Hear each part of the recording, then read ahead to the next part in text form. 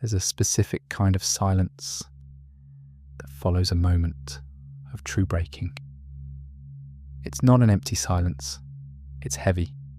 It's the sound of something leaving the world that will never, ever return. It's the feeling that wakes you up at 3 a.m, a cold certainty in the pit of your stomach. It's not just regret or guilt. It's the quiet, horrifying recognition that you are the author of that silence. You shattered something in someone else's world, and no amount of wishing or apologising or trying to make it right will ever bring the original back. We spend our entire lives being told the opposite. From the time we are small children, we are handed a simple formula. If you break something, you say you're sorry and you fix it. The scraped knee gets a bandage. The broken toy gets glued.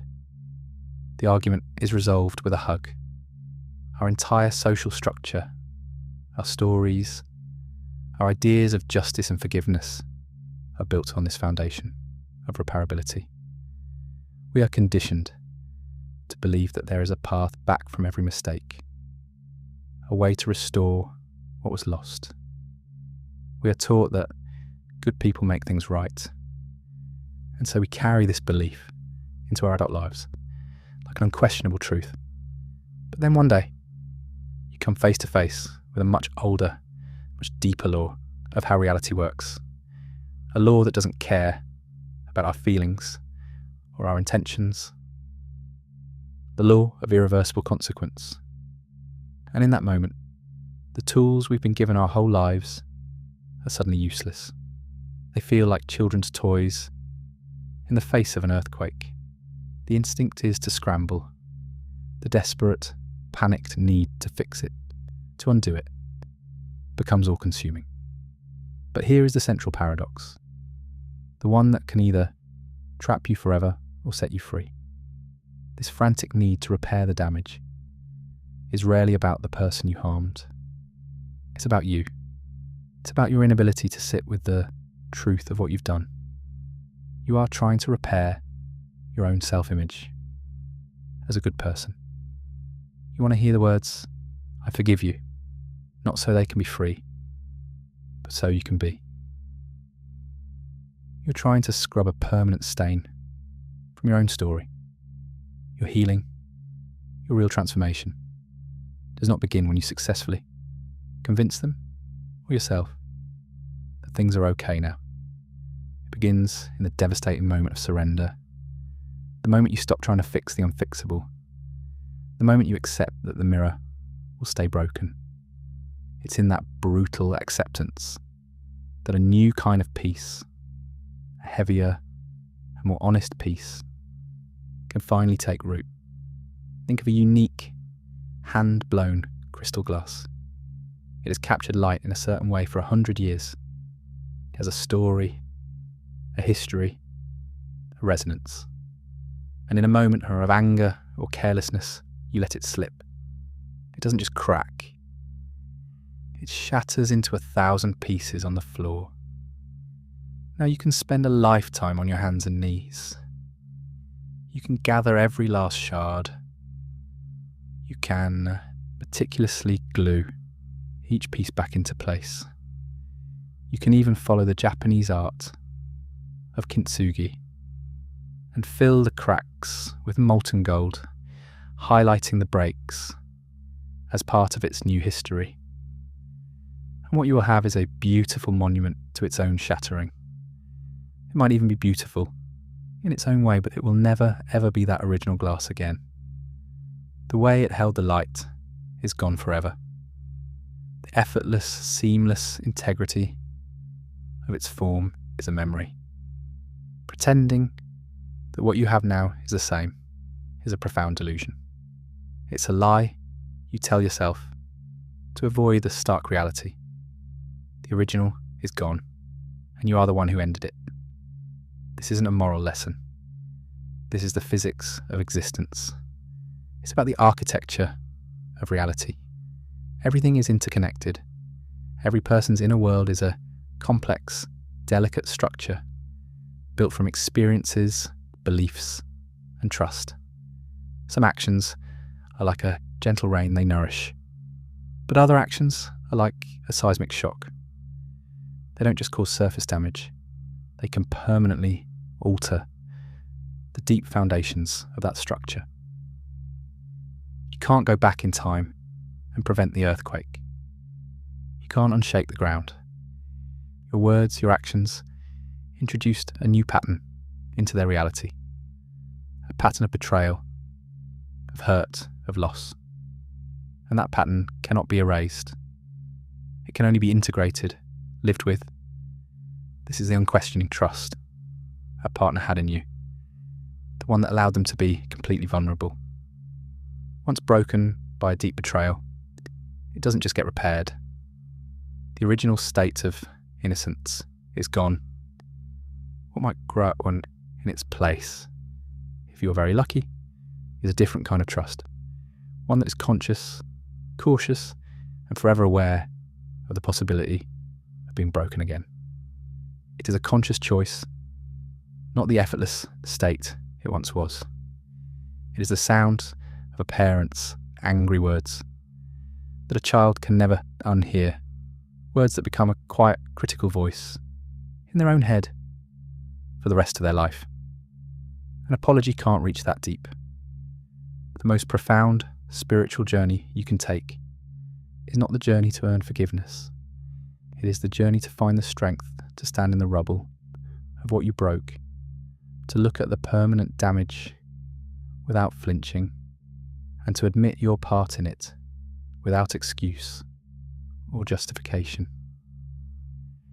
It's about letting the full, unbearable weight of that truth change you, not so you can be forgiven, but so you become someone who understands the true weight of their own actions, someone who would never, ever cause such a shattering again.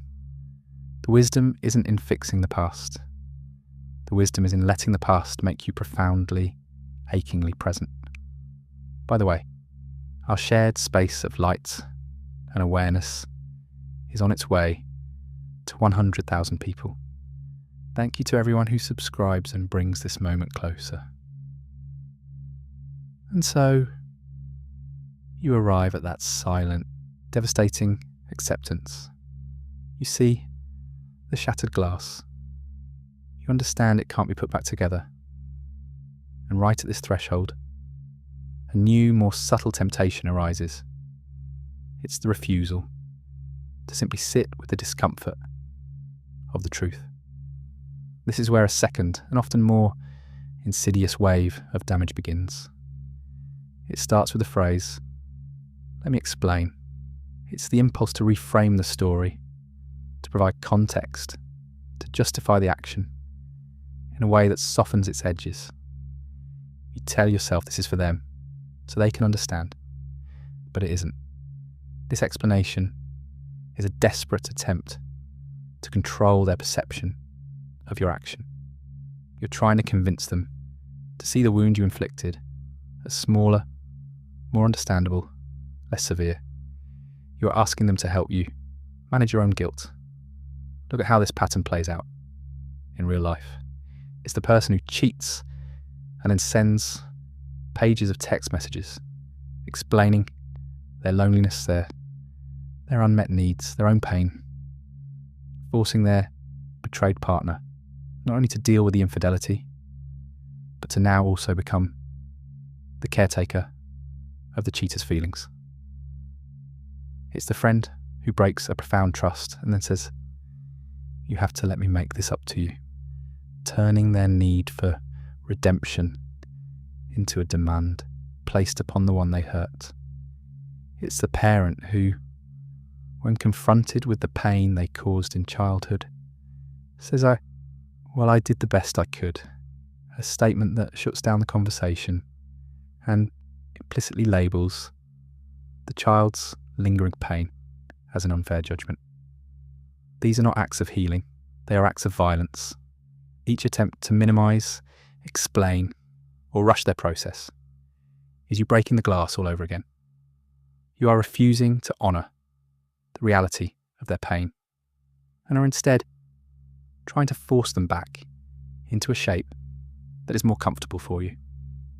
The real transformation, the one that stops this cycle, is not about becoming a good person again. That identity is gone. That's part of what you broke. The journey isn't about rebuilding that old self. It's about becoming an honest one. There is a universe of difference between the two. A good person is an image you project. An honest person is a state of being you inhabit.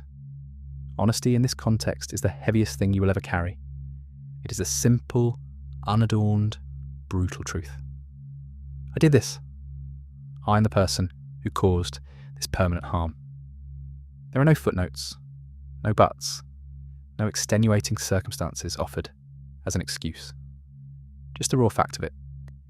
Carrying this means you no longer get to see yourself as the hero of your own story. In at least one chapter, you are the villain, and you don't get to rewrite it. Living with this knowledge fundamentally recalibrates your entire being. It changes your relationship with your own power. Before, you might have moved through the world unaware of your capacity to cause such a shattering. Now you know. It's like someone who has lived their whole life not knowing they have immense physical strength, and then one day they accidentally break something precious through their own carelessness. From that day forward, they handle everything with newfound gentleness, a conscious awareness of their own force. They don't become weak, they become incredibly careful. This knowledge doesn't cripple you. It makes you walk with profound care. This is the shift from the illusion of repair to the reality of responsibility. Your job is no longer to fix the past. That's impossible. Your job is to let the undeniable weight of that past inform every single move you make in the present. The responsibility is not to erase the harm, but to ensure, with every fibre of your being, that you never create such harm again. You stop trying to earn their forgiveness because you realise it is not yours to demand or even expect. Forgiveness is their journey, if they choose to take it, and it has nothing to do with you. Your journey is one of living atonement, not a loud, performative display of guilt, but a quiet, constant state of awareness. It shows up in the way you listen now, in the way you pause before you speak, in the way you honour other people's boundaries without question. It's a quiet integrity that is forged in the fire of your deepest failing. This is the wisdom hidden inside the irreparable. The harm you caused becomes a teacher. It's a severe and merciless teacher, but a teacher nonetheless. It teaches you about consequence, about the delicate interconnectedness of human souls, about the true cost of your choices. By refusing to look away from the worst thing you've done, you integrate its lesson into your very bones. You become a safer harbour for others, not because you are perfect, but because you're intimately and permanently acquainted with your own imperfection. You learn that true strength isn't the power to fix things, but the courage to carry what you broke. And in carrying it with honesty and humility, you ensure the only thing that breaks from now on is the cycle of causing harm. If this video changed something in you, write in the comments, "I will not look away." Write it as your promise. Nobody